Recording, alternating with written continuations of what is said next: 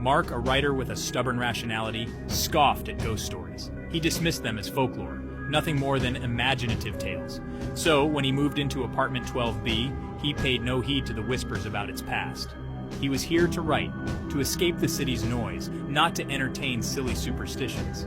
The apartment was spacious, with high ceilings and large windows. Dust particles danced in the sunlight that streamed through the glass. An old ornate mirror hung on the wall, its surface slightly tarnished. Mark barely glanced at it. He was too busy unpacking, eager to settle into his new space. The first few nights were uneventful. Mark reveled in the silence, the peace that enveloped him. He wrote until late, fueled by inspiration and black coffee. He felt a sense of calm here, a feeling that was absent in his bustling city life. The whispers, he thought, were nothing but that, whispers. But as days turned into weeks, the silence began to feel different. It wasn't peaceful anymore. It was expected, as if something was lurking just beyond the veil of the ordinary.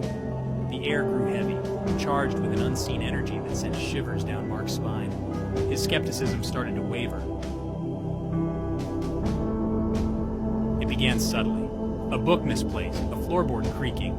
Mark dismissed them as tricks of an old building, remnants of its past. But the incidents escalated, becoming more frequent, more unsettling. One night, while working late, Mark heard a whisper. It was faint, barely audible, but it was there. A soft, breathy sound, like someone sighing in his ear. He spun around, heart pounding, but found nothing. The room was empty. He tried to ignore it, to bury himself in his work, but the whispers persisted, growing louder each night. They seemed to emanate from the walls themselves, from the very air he breathed. They spoke his name, their tone laced with a chilling familiarity. Fear, cold and insidious, began to creep into Mark's heart. The whispers were relentless, their insidious nature chipping away at his sanity. Sleep became a distant luxury, replaced by a constant state of dread. He was living in a nightmare, his once peaceful sanctuary transformed into a prison of fear. The nightmares always began at 3 a.m. Mark would jolt awake, his body slick with cold sweat, the whispers echoing in the darkness. But this night was different. This night, the terror took on a tangible form. He woke with a gasp, his heart hammering against his ribs. The room was ice cold, the air thick with a suffocating dread. His gaze was drawn, as if by an invisible force, to the large mirror on the wall. It seemed to pulsate with an eerie light. Etched across its dusty surface, scrawled in what appeared to be blood, were 3 words: "We are one." The sight sent a jolt of pure terror through Mark. He scrambled back, his breath caught in his throat, his eyes wide with horror. The whispers intensified, swirling around him like a vortex of despair. They seemed to be everywhere, in the walls, under the floorboards, inside his head. They spoke of unity, of a darkness that consumed all, of a bond that could not be broken. Mark cowered in fear, his mind teetering on the brink of madness. He was trapped, ensnared in a web of terror he couldn't comprehend. Desperate for answers, Mark delved into the history of his apartment building. He learned about the tragic fire decades ago, about the family that perished within its walls. Whispers of a grieving mother, driven mad by grief, and her 2 young children, their laughter forever silenced. He purchased cameras, voice recorders, anything that might capture evidence of the paranormal activity. He set them up each night, hoping to document the whispers, the cold spots, the overwhelming sense of dread. But the devices malfunctioned, their batteries draining inexplicably, the recordings filled with static and distortion. One night, armed with his camera, Mark stood before the mirror. He could feel a cold presence emanating from it, a palpable darkness that sent shivers down his spine. He raised the camera, his hand trembling, and snapped a photo. The flash reflected back at him, a blinding white light that momentarily illuminated the room. And in that fleeting instant, he saw it, a figure standing behind him, its eyes glowing with a malevolent light. Section 5. The Reflection. The figure in the mirror was not his own. It was a grotesque mockery of a human form, its features twisted and contorted in a horrifying grimace. Its eyes, 2 burning embers of hatred, stared directly at him. Mark stumbled back, dropping his camera in terror. The figure lunged towards him, its long, skeletal fingers reaching out from the mirror's surface. He screamed, a primal cry of pure fear, and threw his hands up to protect himself. But the figure never reached him. It vanished as quickly as it had appeared, leaving behind only the echo of his own terror. Mark lay on the floor, his chest heaving, his mind reeling from what he had just witnessed. He was losing his grip on reality, the line between sanity and madness blurring with each passing moment. The whispers intensified, taunting him with their cryptic messages. They spoke of his reflection, of a connection that ran deeper than he could imagine, of a darkness that yearned to claim him as its own. Mark felt a cold dread grip his heart. He was no longer just an observer in this nightmare. He was an active participant. Section 6. Mrs. Holloway's Diary. Desperate for an escape, Mark stumbled upon a hidden compartment in the attic. Inside, he found a dusty, leather-bound diary. It belonged to Mrs. Holloway, the mother who had perished in the fire. He devoured the faded ink, his heart pounding with a mixture of fear and morbid curiosity.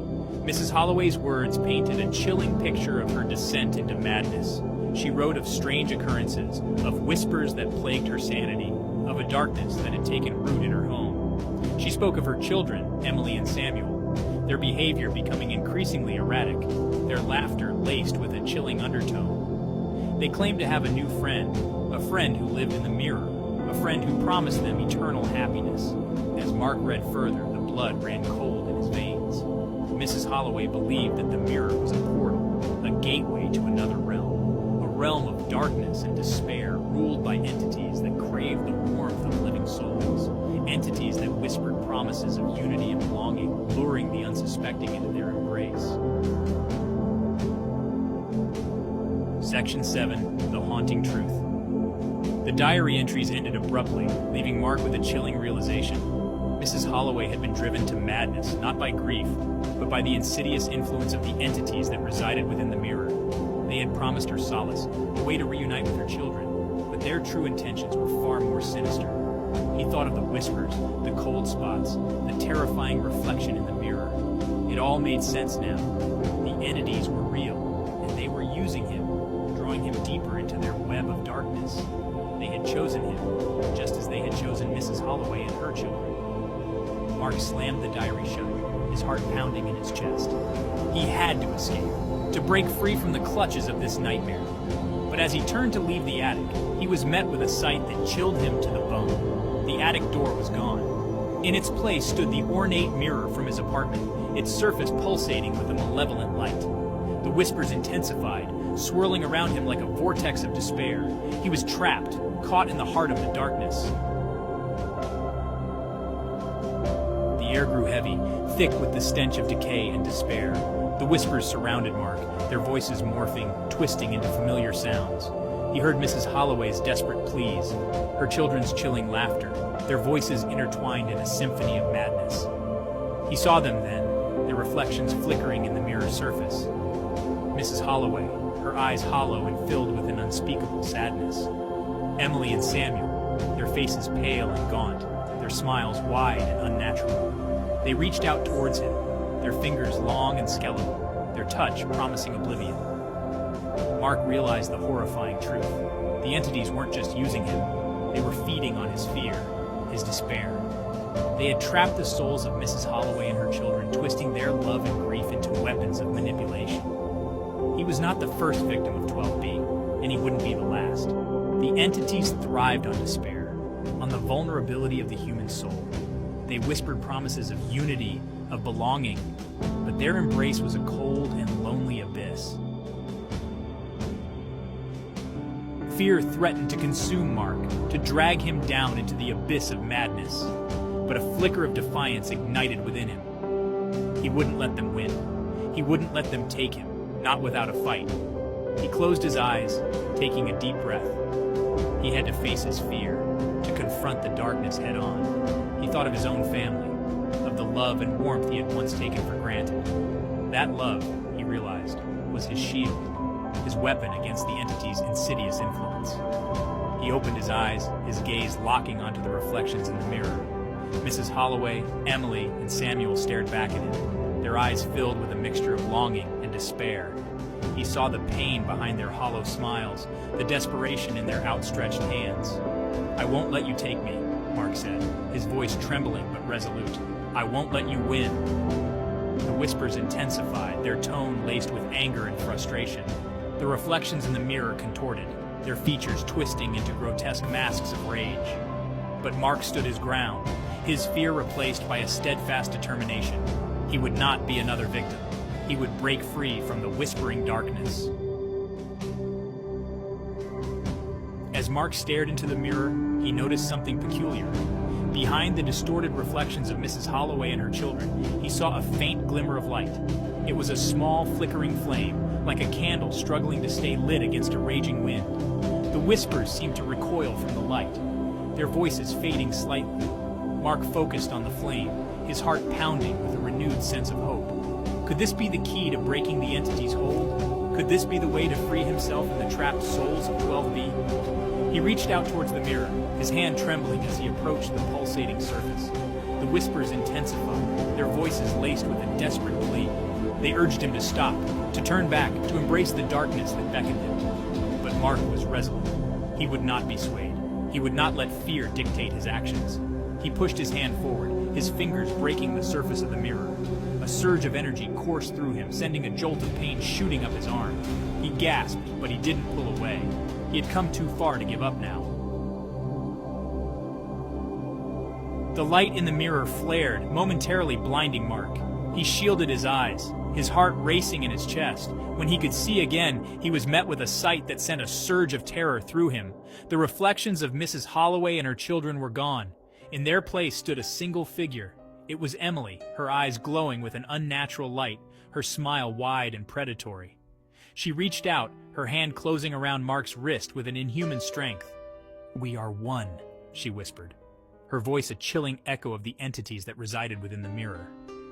Mark struggled against her grip, but it was futile. He was being pulled forward, his body drawn inexorably towards the mirror's surface. He opened his mouth to scream, but no sound escaped his lips. The darkness from within the mirror surged outward, enveloping him in its cold embrace. He felt a searing pain as his body was stretched, contorted, pulled into the mirror's depths. And then, silence. The mirror in apartment 12B hung on the wall, its surface once again reflecting nothing but the empty room. But if one listened closely, very closely, they could hear a faint whisper echoing from within its depths. A whisper that spoke of unity, of belonging, of a darkness that consumed all. A whisper that promised eternal happiness, but delivered only an eternity of despair.